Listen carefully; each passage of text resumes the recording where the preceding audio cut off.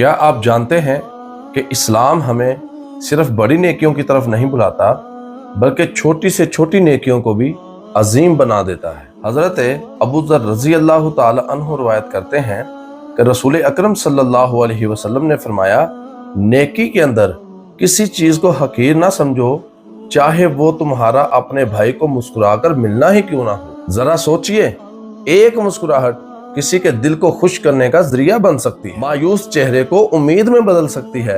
और नबी करीम सल्लल्लाहु अलैहि वसल्लम ने फरमाया, ये भी नेकी है। हम अक्सर समझते हैं कि नेकी सिर्फ बड़ी इबादत का नाम है, जैसे नमाज, रोजा और सदका। जी हाँ, ये भी नेकियां हैं, लेकिन याद रखिए, मुस्कुराहट भी सदका है, खुश अखलाकी भी नेकी है और किसी को इज्जत देना भी एक नेकी है। मिसाल के तौर पर किसी थके हुए मजदूर को देखकर मुस्कुरा देना, किसी उदास दोस्त को तसल्ली देना या फिर अपने ही घर वालों को प्यार भरा रवैया देना, ये सब वो नेकियां हैं जो क़यामत के दिन हमारे पलड़े को भारी कर देंगे। तो आइए आज से किसी भी नेकी को हकीर ना समझें, चाहे वो एक मुस्कुराहट ही क्यों ना हो सकता है कि वो आपकी एक मुस्कुराहट किसी के दिल की दुनिया को बदल दे और आपके लिए वो जन्नत का जरिया बन जाए।